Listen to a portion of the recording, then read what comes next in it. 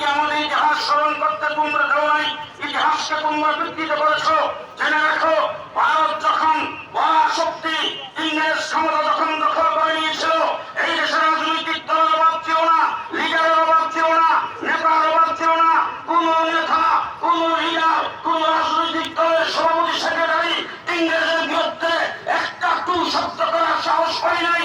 ইংরেজের বিরুদ্ধে যদি সর্বপ্রথম মুক্তায়ন করে দেয়, ইংরেজের বিরুদ্ধে মুক্তিযুদ্ধের ঘোষণা যদি দিয়ে রাখে, একজন মৌলবী দিয়েছেন, তার নাম শাহ আব্দুল আজিজ মুহাদ্দিস রহমাতুল্লাহ আলাইহি। আমরা যে আব্দুল আজিজ মুহাদ্দিস রহমাতুল্লাহ আলাইহি আমরা তার উত্তরসূরি দিল্লির জামে মসজিদের মিম্বরে দাঁড়ায়া শাহ আব্দুল আজিজ মুহাদ্দিস দেহলভী বলছেন, ও ভারতবর্ষের মুসলমানেরা, তোমরা দারুল হরবের কবলিত করে গেছো। তোমরা তোমাদের রাষ্ট্র দারুল হরব হয়ে গেছে, শত্রু কবলিত দেশ। এই দেশকে স্বাধীন করার জন্য তোমাদের প্রত্যেকটা মুসলমানের জন্য মুক্তিযুদ্ধ করা ফরজ। শাহ আব্দুল আজিজ মুহাদ্দিস দেহলভী রহমাতুল্লাহ আলাইহি এই ফতোয়ার পরে ইংরেজ থেকে এই দেশকে স্বাধীন করার জন্য রক্ত আমরা দিয়েছি। 3.5 লক্ষ আলেমকে ফাঁসির কাস্টে ঝুলাইয়া, আগুনে পোড়াইয়া, পানিতে ডুবাইয়া মারা হয়েছে। 3.5 লক্ষ কোরআনের কপি আগুন দিয়ে জ্বালানো হয়েছে। মাদ্রাসাগুলিকে ভেঙে চুরমার করে দিয়েছেন। কিন্তু একদিনের জন্য উলামায়ে কেরাম করে বসে থাকে নাই। 250 বছর লড়াই করে ইংরেজ থেকে এই দেশকে মুক্ত আমরা করেছি। পরিষ্কার ভাষায় বলতে চাই, আমার জাফর আহমদ উসমানী, আমার শিবলি আহমদ উসমানী পাকিস্তানের পতাকা যদি উত্তোলন না করত, মাহমুদ হোসেন দেওবন্দি রেশমি আন্দোলন যদি না করত, হুসাইন আহমদ বানানি করাচিতে 140 দ্বারা বন্ধ করে যদি বক্তব্য না রাখতেন, দেশ স্বাধীন হতো না, ফলশ্রুতিতে বাংলাদেশ হতো না। আমার কৌমি মাদ্রাসার ছাত্র ভাইয়ের ইতিহাস ভালো করে মনে রাখতে হবে, আমরা কারা। দেশ জাতি তত্ত্বের ভিত্তিতে দেশ স্বাধীন হয়েছে, একটা হিন্দুস্তান আর একটা পাকিস্তান। এবার আমি আপনাদের কাছ থেকে জানতে চাই, আমরা পূর্ব পাকিস্তান ছিলাম, পাকিস্তানের অংশ। আমরা পাকিস্তানের অংশ কি জন্য হলাম বলেন? আমরা হিন্দুস্তান না হয়ে পাকিস্তানের অংশ হলাম কেন? আমার পার্শ্ববর্তী জায়গা ত্রিপুরা, তা হিন্দুস্তানের অংশ হলো। আমার পার্শ্ববর্তী আসাম হিন্দুস্তানের অংশ হলো। কিন্তু আমরা কেন পাকিস্তানের অংশ হলাম? আমরা মেজরিটি মুসলমান হওয়ার কারণে পাকিস্তানের অংশ হয়েছিলাম।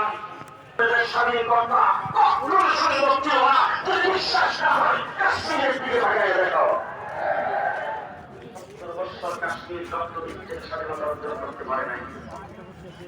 40 বছর যাবৎ আসাম রক্ত দিচ্ছে, ত্রিপুরা 40 বছর যাবৎ রক্ত দিচ্ছে, মণিপুর 40 বছর যাবৎ রক্ত দিচ্ছে, আজ পর্যন্ত স্বাধীনতা অর্জন করতে পারে।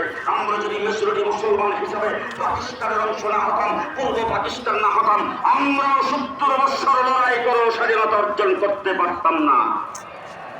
স্বাধীনতার মূলের হলো আমরা মেজরিটি মুসলমান। যারা মধ্যে কথাবার্তা কয় না, মনে করবেন কে দলের লোক। স্বাধীনতার বলে হলো আমরা মেজরিটি মুসলমান। দেশ ইসলামের নামের মেজরিটি মুসলমান হিসাবে স্বাধীনতা অর্জন করেছে, ঠিক কিনা বলেন? এরপরে যখন পশ্চিম পাকিস্তানে পূর্ব পাকিস্তানের উপরে নির্যাতন শুরু করে দিয়েছেন, তাদের অধিকারের উপর হস্তক্ষেপ করতে শুরু করে দিয়েছেন, পূর্ব পাকিস্তানের সম্পদ যখন লুণ্ঠন করতে শুরু করে দিয়েছেন, তখন এই দেশের 7.5 কোটি মানুষ পাকিস্তানের সেই জালেমদের বিরুদ্ধে মুসলিম হিসাবে 1971 অস্ত্র ধরে তারপরে দেশকে আমরা স্বাধীন করেছি। আজকে জনসমক্ষে পরিষ্কার ভাষায় বলতে চাই, 71-এর স্বাধীনতা যুদ্ধ মানুষের ক্রেডিট, কোন একক কোন নেতার ক্রেডিট নয়, 7.5 কোটি বাঙালি মুক্তিযোদ্ধাদের ক্রেডিট। আমরা 71 স্বাধীনতা অর্জন করেছি, এরপর থেকে দেশ গড়ার কাজে কি আমরা নাই? বক্তা সাহেবই ওঠে না, বলেন আমরা নাই। গত ব্রিটিশ সরকার যখন ক্ষমতায় এসেছে, 15টা বছর পর্যন্ত দিনের ভোট রাত্রি করে ভোটবিহীন সরকার কায়েম করে জগদ্দল পাথরের মতো জুলুম নির্যাতন করে মানুষকে জিম্মি করে গোটা দেশটাকে কারাগারে পরিণত করে তারা যখন ক্ষমতায় বসেছিল, আমরা 15 বছর লড়াই করেছি।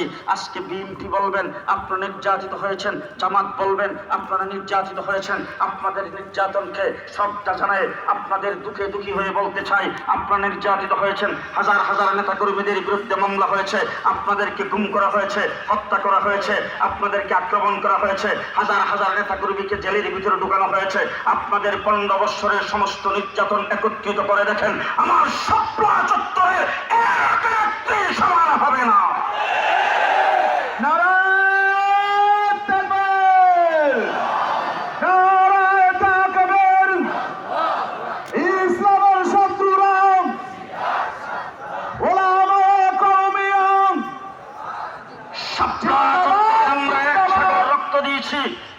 সরকারের বিরুদ্ধে 2021 সালে ব্রাহ্মণবাড়িয়াতে 15 জন, হাজারবাড়িতে 60 জন পাখির মতো গুলি করে হত্যা করেছে। হাজার হাজার 21,000 নেতা কর্মী আলেম দিনদার মানুষকে বৎসরের পর বৎসর বিনা বিচারে কারাগারে বন্দী করে রেখেছেন। জেল থেকে বের হয়েছি, তারপর নির্যাতন কম নয়, নির্যাতন আমাদের উপর দিয়ে চলছে। যখন 2024 সালে ছাত্ররা যখন ময়দানে নেমেছেন, আল্লাহ রাব্বুল আলামিন সিদ্ধান্ত গ্রহণ করেছেন ফেরাউনকে মুসা আলাইহিস সালামের লাঠির দ্বারা ধরি নাই, দর্শি পানির দ্বারা, নমরুদকে হযরত ইব্রাহিম আলাইহিস সালামের দ্বারা ধরি নাই, দর্শি ল্যাংরা মশার দ্বারা, আব্রাহা বাদশাকে আমি কোনো মানুষের দ্বারা, আব্দুল মুত্তালিবের বাহিনীর দ্বারা ধরি নাই, দর্শি আবাবিল পাখির দ্বারা।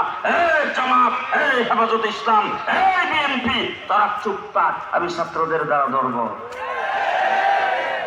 স্কুল কলেজ ইউনিভার্সিটির ছাত্ররা যখন মাঠে নামছেন, আমি এবার আপনাদের জিজ্ঞেস করতে চাই, আমাদের কি কোটার প্রয়োজন? আমরা কি চাকরি নেই? আমরা চাকরির জন্য কোথাও দরখাস্ত করি? আমাদের কোটার কোনো প্রয়োজন? কোটা আমাদের দরকার? আমাদের কোটার দরকার নাই। আমরা চাকরির জন্য লালাইতো না, চাকরির জন্য কোথাও দরখাস্ত করি না, আমরা চাকরি নিতে চাই না। আমাদের মাদ্রাসার মাস্টার ফলটা পাকে আমাদেরই কিন্তু খাওয়ায়। নতুন মুরগি টিম পারলে কি মেম্বার চেয়ারম্যানরা খাওয়ায় না আমাদের? জি, বাসার মধ্যে যদি ভালো বাজারটা করে, পুষ্করির থেকে ভালো মাছটা যদি ধরা পড়ে, তাইলে সর্বপ্রথম ঘরে দাওয়াত দেয়। জি, আমাদের সুখ শান্তির অভাব নাই, আমাদের আরাম আয়েশের অভাব নাই, আমাদের ইজ্জতার সম্মানের অভাব নাই। সুতরাং আমরা চাকরির তোয়াক্কা করি না, মন্ত্রী মিনিস্টারের তোয়াক্কা করি না, আমরা আমাদের অবস্থানে আসি, আমরা সেই অবস্থানেই থাকতে চাই। যখন ছাত্ররা, স্কুল কলেজের ছাত্ররা কোটার জন্য যখন মাঠে নামছেন আন্দোলনের ময়দানে, তখন এই পেশির সরকার ছাত্রদের বুক লক্ষ্য করে যখন গুলি চালাতে শুরু করেছেন, আমার কওমি মাদ্রাসার ছাত্ররা নুরানি বক্তব্য থেকে শুরু করে জামিয়া পর্যন্ত একজন করে বসে থাকে নাই, রাস্তায় নেমে আসছে। 2024 সরকার পতন আন্দোলনে আমরা মাঠে দেখে আমাদের 84 জন শাহাদত বরণ করেছে। আমরা যে কোনো দিকে পিছিয়ে আছি, তাহলে আমাদের ছাগলের 3 বাচ্চার মতো মনে করেন কি হিসাবে? আজকে অন্তর্বর্তীকালীন সরকারকে বলতে চাই, আমাদের রক্তের উপর দাঁড়িয়ে আপনি ক্ষমতায় বসেছেন, আমরাই আপনাকে বসাইছি। ডক্টর ইউনূস সাহেব মেহেরবানি করে আমাদের ছাগলের 3 বাচ্চা মনে করবেন না।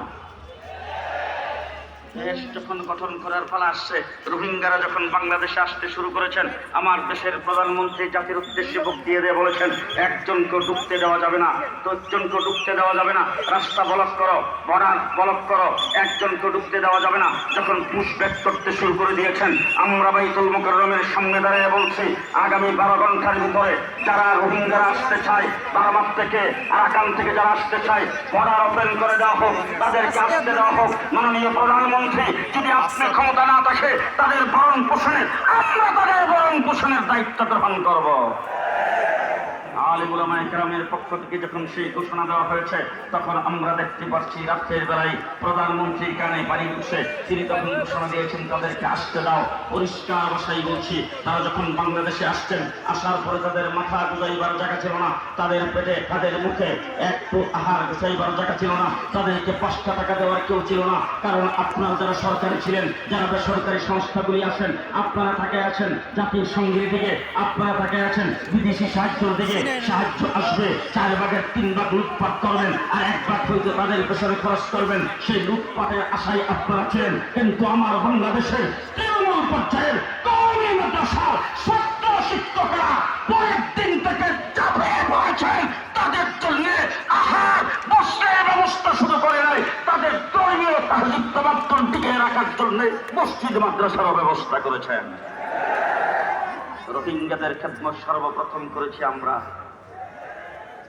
আসেন এবার 2024 শেষ কথা বলতে চাই। 2024-এর 5ই আগস্ট দেশ যখন স্বাধীন হয়েছে, ব্রিটিশ সরকারের প্রধানমন্ত্রী আওয়ামী লীগ, ছাত্রলীগ, যুবলীগের সকলের কোনো খোঁজখবর না নিয়ে তাদের সবাইকে ইতিম করে যখন পেছনের দরজা দিয়ে বেগে চলে গেলেন। পুলিশ বাহিনী যখন বলছে আমরা তো আওয়ামী লীগের চাকরি করতাম, আমরা হলাম আওয়ামী লীগ, সুতরাং আমরা এখন আর পুলিশ লীগ ছিলাম, আমরা এখন আর পুলিশের চাকরিতে যোগদান করবো না, তারা যখন অব্যাহতি দিয়েছেন, রোড ঘাট গ্রামগঞ্জ সব জায়গায় যখন পুলিশ নাই, যখন আওয়ামী দোসররা অকারেন্স ঘটাইতে শুরু করে দিয়েছেন, তখন বাংলাদেশের গ্রামে গঞ্জের রুট ঘাট বাজার বন্দর পাহাড়দারিতে যখন ছাত্ররা নেমেছেন, আমার মাদ্রাসার ছাত্ররা ছাত্রদের সাথে কাঁধে কাঁধ মিলে পাহাড়দারির ব্যবস্থা করেছেন। বাংলাদেশের রাজপথগুলি যখন যানজটে পরিণত হয়েছে, ট্রাফিক যখন কোথাও ছিল না, স্কুল কলেজের ছাত্রদের পাশাপাশি আমার কওমি মাদ্রাসার ছাত্ররা পাহারাদারির ব্যবস্থা করেছেন। শুধু তাই না, ব্রিটিশ সরকারের প্রধানমন্ত্রী যায় বসছেন মোদির কোলে। কোথায় কোথায়? সেখানে বসে সর্বপ্রথম তার কাছে যে কার্ডটা ছিল, সেই কার্ডটা ছিল সংখ্যালঘুদের উপর নির্যাতন হচ্ছে, সংখ্যালঘুদের উপর নির্যাতনের দোয়া তুলে গোলা পানিতে মাছ শিকার করবে, সংখ্যালঘুদেরকে রাস্তায় নামিয়ে দিয়েছেন, মিছিল মিটিং শুরু করে দিয়েছেন, তাদের উপর নির্যাতন হচ্ছে। যেদিন আমরা এই কথা শুনতে পারলাম, ওই দিন থেকে গোটা বাংলাদেশ হেফাজতে ইসলাম ঘোষণা দিয়েছে, কওমি মাদ্রাসার ছাত্র শিক্ষক মসজিদের ইমাম যেখানে আসেন, হিন্দুদের বাড়িঘর, তাদের স্থাপনা, তাদের মন্দির পাহারা দিতে হবে, আমরা তাদেরকে পাহারাদারি করে তাদের শান্তি আর নিরাপত্তার ব্যবস্থা করেছি। শুধু তাই না, ভারত থেকে যখন ষড়যন্ত্র করে বাঁধগুলি খুলে দিয়ে যখন আমার চট্টগ্রাম, নোয়াখালী, ফেনী, কুমিল্লাতে যখন বন্যার পানি ছেড়ে দিয়ে যখন সেখানকার মানুষকে পানিতে ডুবাইয়া মারার পরিকল্পনা যখন শেখ হাসিনার মুদি বিলে করেছে, তখন তাদের পাশে সর্বপ্রথম যারা দাঁড়াইছেন তারা হলো কওমি মাদ্রাসার উলামায়ে কেরাম। আজকে ষড়যন্ত্র করে ভারত থেকে ষড়যন্ত্রমূলক আমার দেশে বিচারপতিদেরকে দিয়ে কু করতে চেয়েছে, আমরা সেইগুলিকে নস্যাৎ করে দিয়েছি। আজকে সচিবালয় ঘেরাও করে আনসার বাহিনীকে দিয়া কু করতে চেয়েছে, আমরা সেইগুলিকে নস্যাৎ করে দিয়েছি। বাংলাদেশে বিভিন্ন সময়ে বিভিন্ন অজুহাত উঠায়া তারপরে যখন বাংলাদেশে যখন তারা ইন করতে চায়, যখন দেশের গোলা পানিতে মাছ শিকার করতে চায়, গত 10 তারিখে ঘোষণা করেছিল রাজপথ তারা দখল করবে, বাড়ি সালাম দিয়ে তাদের কাউকে কোথাও পাওয়া যায় নাই, রাজপথ আমরা দখল করে নিয়েছি। রাত্র দিন সকাল সন্ধ্যা আন্দোলন সংগ্রামে সবসময় আমরা আসি। বর্তমান অন্তর্বর্তীকালীন সরকার ক্ষমতায়, তাকে 3 মাস সহযোগিতা করে আসছি, সামনে যতদিন থাকবে আমরা সহযোগিতা করব। তবে একটি কথা বলতে চাই, যে সরকার আল্লাহর উপর পূর্ণ আস্থা ও বিশ্বাস সংবিধান থেকে মুছে ফেলেছিল, অন্তর্বর্তীকালীন সরকার কমিশন গঠন করেছেন সংবিধান প্রণয়নের জন্য। সেই সংবিধানে সর্বপ্রথম আল্লাহর উপর পূর্ণ আস্থা ও বিশ্বাস স্থাপন করতে হবে। রাজি থাকলে হাত তুলে দেখান। 2 নম্বর কথা বলতে চাই, সাংবিধানিকভাবে ইসলামের সাথে সাংঘর্ষিক এমন কোন কিছু সংবিধানের কোন অক্ষরে থাকতে পারবে না। আপনারা কি রাজি আছেন? রাজি আছেন? 2 নম্বর সবচেয়ে বড় হাতিয়ার ছিল ব্রিটিশ সরকারের এই দেশ থেকে ইসলামিক তাহজিব তামাদ্দুনকে মুছে ফেলা, যার ফলশ্রুতিতে স্কুল থেকে ধর্মীয় শিক্ষাকে বাতিল করে স্কুলে ধর্মীয় কোনো শিক্ষক রাখা হয় নাই, ধর্মীয় শিক্ষার পরীক্ষা পর্যন্ত বাতিল করে শরীফ থেকে শরীফার কাহিনী, রামায়ণের কিচ্ছা, মানুষ নাকি বানর থেকে তৈরি, এই ধরনের শিক্ষা কারিকুলাম, নাস্তিকতাবাদের শিক্ষা, সমকামিতাকে বৈধতা দেওয়ার গভীর পায়তারা যারা করেছিল, আজকে তারা বিদায় হয়েছে। আমাদের রক্তের উপর তারা আপনার ক্ষমতায় আসেন, শিক্ষা কমিশন গঠন করেছেন ডাক্তার ইউনূস সাহেব। আপনি বাংলাদেশের কোনো মৌলবীকে দেখলেন না, শুধু তাই না, আপনার সাথে যে একজন মৌলবী আছে তাকেও আপনি একটু জিজ্ঞাসাও করলেন না। নাকি আমরা যখন প্রতিবাদ করেছি তখন আপনি শিক্ষা কমিশনকে বাতিল করেছেন, আবার এখন শুনতেছি নতুন শিক্ষা কমিশন গঠন করতেছেন। পরিষ্কার ভাষায় বলতে চাই, শিক্ষা জাতির মেরুদণ্ড। 92% মুসলমানের দেশে ইসলামী শিক্ষার জন্য হেফাজতে ইসলাম আল্লাহ মাহমুদ শফি গঠন করেছিলেন। মুফতি ফজলুল হক আমিনী রহমতুল্লাহি আলাইহি 4 এপ্রিল হরতাল পালন করতেছিলেন। স্কুল কলেজ ইউনিভার্সিটির ছাত্ররা আমাদের ভাই, তাদেরকে আমরা দিন শিক্ষা দিতে চাই। সুতরাং বাংলাদেশে শিক্ষা কমিশন গঠন করবেন। সেই শিক্ষা কমিশনে 1 নম্বর আমাদের দাবি হলো অন্তত কমপক্ষে 2 জন আলেমকে শিক্ষা কমিশনে স্থান দিতে হবে। শিক্ষার সর্বস্তরে দ্বীনি শিক্ষা বাধ্যতামূলক করতে হবে। কে কে রাজি আছেন হাত তুলে দেখান। নাসরুম মিনাল্লাহ ফাতহুন করিম আবাশশিরিল মুমিনিন।